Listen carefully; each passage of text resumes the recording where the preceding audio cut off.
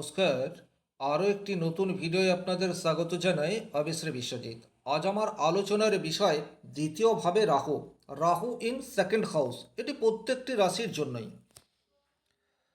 দ্বিতীয়ভাবে সাধারণভাবে রাহু কী ফল প্রদান করে এই ভিডিওতে কমপ্লিট অ্যানালাইসিস করার চেষ্টা করব। তাই যারা ভিডিওটি দেখতে শুরু করছেন শুরু থেকে শেষ পর্যন্ত দেখবেন, এবং আপনার মনে যদি কোথাও কোনো প্রশ্ন বা সংশয় তৈরি হয় অবশ্যই কমেন্ট বক্সে লিখে জানিয়ে দেবেন।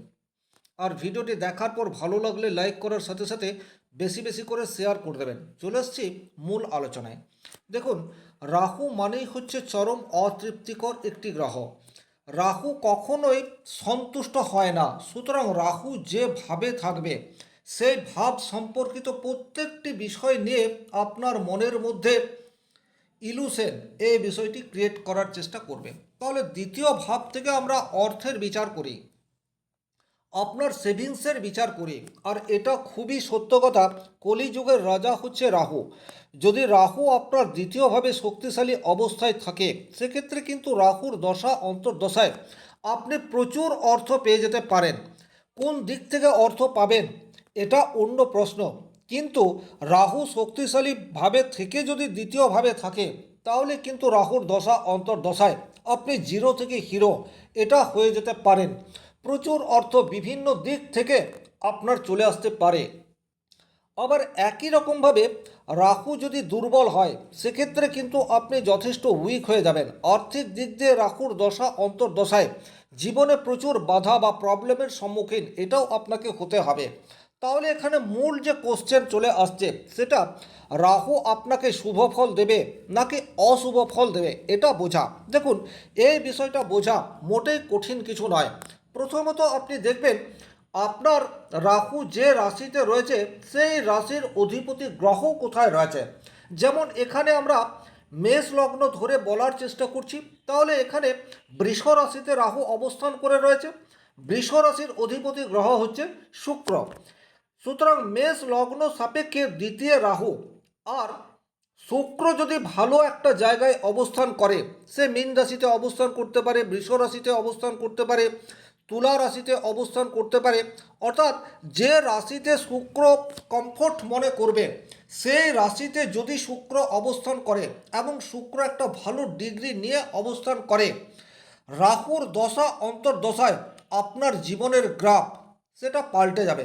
অর্থাৎ আর্থিক দিক দিয়ে প্রচুর মাত্রায় স্টেবিলিটি, এই বিষয়টি ডেফিনেটলি আপনি পেয়ে যাবেন। একই রকমভাবে যদি আপনার এই শুক্র অনেকটা উইক থাকে, যেমন মনে করুন এখানে শুক্র যদি আপনার এই ঘরটিতে থাকে অর্থাৎ কন্যা রাশির ঘরে থাকে, অর্থাৎ ষষ্ঠ ভাব, অষ্টম ভাব বা দ্বাদশ ভাবের সাথে শুক্র সম্পর্ক তৈরি করে দেয়, যে ভাবগুলিকে ত্রিকভাব বা অশুভ ভাব বলা হয়। সেইভাবে যখন আপনার দ্বিতীয় ভাবপতি গ্রহ চলে আসবে তখন কিন্তু রাহুর দশা অন্তর্দশায় আপনার আর্থিক স্টেবিলিটিকে অনেকটা উইক করে দেবে, এ বিষয়ে কিন্তু কোনো ডাউট নেই। তাই রাহু দ্বিতীয়ভাবে আপনাকে কি পরিণাম দিচ্ছে এটা বুঝতে হলে দ্বিতীয় ভাবের অধিপতি গ্রহকে সবচেয়ে আগে আপনাকে দেখে নিতে হবে। দ্বিতীয় কি দেখবেন? দেখবেন দ্বিতীয়ভাবে রাহু রয়েছে কোন রাশিতে রয়েছে, সেই রাশিটি রাহুর জন্য উপযুক্ত কি না। এখন এখানেও একটা প্রশ্ন আপনাদের মনে তৈরি হবে, কোন কোন রাশিতে রাহু অবস্থান করলে শুভ ফল দেয়। দেখুন, প্রথমত রাহু যদি আপনার বৃষ রাশিতে থাকে সেক্ষেত্রে মনে করা হয় রাহু আপনাকে শুভ ফল দেবে। যদি মিথুন রাশিতে অবস্থান করে সেক্ষেত্রেও মনে করা হয় রাহু আপনাকে শুভ রেজাল্ট দিতে পারে। যদি কন্যা রাশিতে থাকে সেক্ষেত্রেও শুভ ফল দেবে, এটা জ্যোতিষশাস্ত্রে উল্লেখ রয়েছে। কারণ রাহুর নিজস্ব কোনো রাশি বা ঘর নেই। তবে কন্যা রাশিকে অনেকেই রাহুর নিজস্ব ঘর বলে। সুতরাং কন্যা রাশিতে রাহু থাকলে পজিটিভ রেজাল্ট পাবেন। তুলা রাশিতে রাহু থাকলে পজিটিভ রেজাল্ট আপনারা আশা করতে পারেন।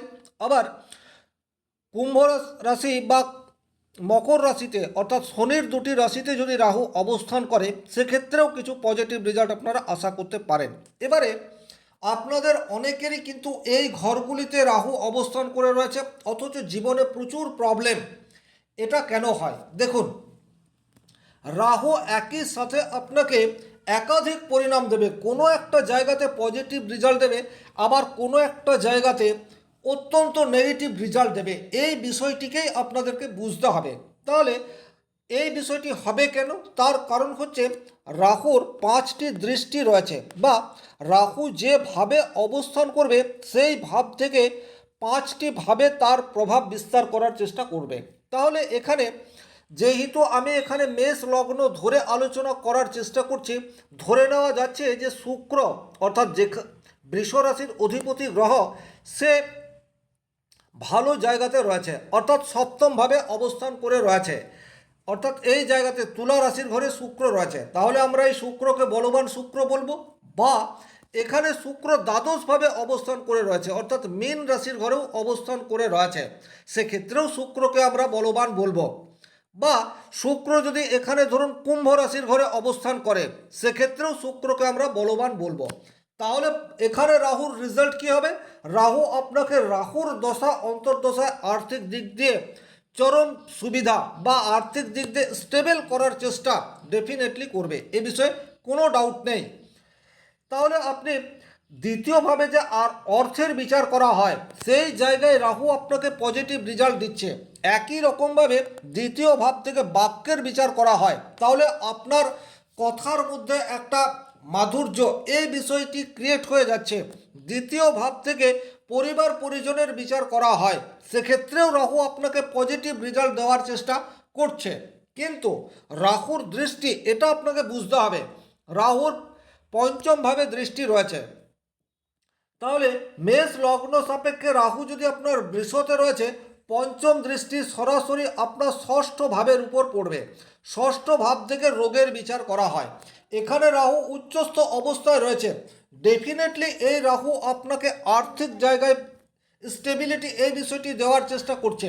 একই রকমভাবে এখানে আপনাকে বুধের পজিশনটি ভালোভাবে লক্ষ্য করতে হবে, কারণ ষষ্ঠ ভাব আপনার কন্যা রাশির ঘরে পড়ছে, আর কন্যা রাশির অধিপতি গ্রহ যদি আপনার দুর্বল থাকে, সেক্ষেত্রে কিন্তু রাহুর দশা অন্তর্দশায় শারীরিক পীড়া সেটি অবশ্যম্ভাবী আপনার ক্ষেত্রে ঘটবে, এতে কোনো ডাউট নেই। হঠাৎ করে কোনো একটি দুর্ঘটনা, কারণ আকস্মিকতার কারক গ্রহ হচ্ছে রাহু, হঠাৎ করে এমন একটা দুর্ঘটনা ঘটিয়ে ফেললেন, তার ফলে আপনাকে হসপিটালাইজ হতে হচ্ছে। তাহলে একই সাথে দ্বিতীয়ভাবে রাহু থেকে আর্থিক জায়গায় স্টেবিলিটি, এই বিষয়টি প্রদান করার চেষ্টা করছে। একই রকমভাবে আপনাকে রোগের কারণ সেটিও করে দিচ্ছে। ষষ্ঠ ভাব থেকে শত্রুতা, জেল, জরিমানা, কোর্ট কেস, এই সমস্ত বিষয়ের বিচার সেটিও হয়। আকস্মিকভাবে আপনি কোনো একটা ঝামেলার মধ্যে জড়িয়ে পড়লেন, সেক্ষেত্রে কিন্তু রাহু যে কোনো ঘটনাকে বাড়িয়ে তুলতে পারে। তাহলে এখানে কিন্তু সেই ঘটনার নেগেটিভ ইফেক্টের জন্য জীবনে প্রচুর প্রবলেম ক্রিয়েট হয়ে গেল, এই বিষয়টিও দেখতে পাওয়া যাবে। তাহলে রাহুর নবম দৃষ্টি একটা রয়েছে, তাহলে নবম দৃষ্টি আপনার কর্মভাবের উপর পড়বে। খুব ভালোভাবে বুঝুন, কর্মক্ষেত্রে চরম অস্থিরতা সেটি কিন্তু তৈরি করে দিতে পারে। কর্মক্ষেত্রে স্টেবিলিটির অভাব সেটি কিন্তু আপনার তৈরি হতেই পারে। এক জায়গায় আপনি বেশি দিন কর্ম করতে পারছেন না, অর্থাৎ বারবার আপনার কাজের জায়গা সেটা পরিবর্তন হয়ে যাচ্ছে, কারণ রাহু মানেই হচ্ছে পরিবর্তন। রাহু এক জায়গায় স্থির হয়ে থাকতে পারে না। তাহলে এখানে রাহুর নবম দৃষ্টি দশম ভাবে পড়ায় কর্ম সংক্রান্ত বিষয়ে আপনার নেগেটিভ রেজাল্ট সেটি আসতে পারে। আবার একই রকমভাবে যেহেতু এখানে রাহু রয়েছে আর শুক্র শক্তিশালী অবস্থায় রয়েছে, সুতরাং কর্মক্ষেত্রে আপনার উপরি পাওনা বা পকেট ভারী হওয়ার মতো বিষয় সেটিও এখানে রাহুর জন্য ঘটতে থাকবে। কর্মক্ষেত্রে প্রচুর ট্রাবল প্রবলেম এটা ক্রিয়েট করবে, কিন্তু একই রকমভাবে অর্থ সেটা আসতে থাকবে। কিন্তু যদি কর্মভাবটি, অর্থাৎ এখানে কর্মভাবের অধিপতি গ্রহ হচ্ছে শনিদেব, যদি জন্মকুণ্ডলিতে শনিদেব অত্যন্ত শুভভাবে বা বলবান অবস্থায় থাকে, তাহলে কর্মক্ষেত্র সেটি কিন্তু আপনার শক্তিশালী হয়ে গেল। রাহুর দশা অন্তর্দশায় আপনি কর্মক্ষেত্রে পরিবর্তন আর পজিটিভ পরিবর্তন এটা আপনারা আশা করতে পারেন। রাহু দৃষ্টি রয়েছে দ্বাদশভাবে।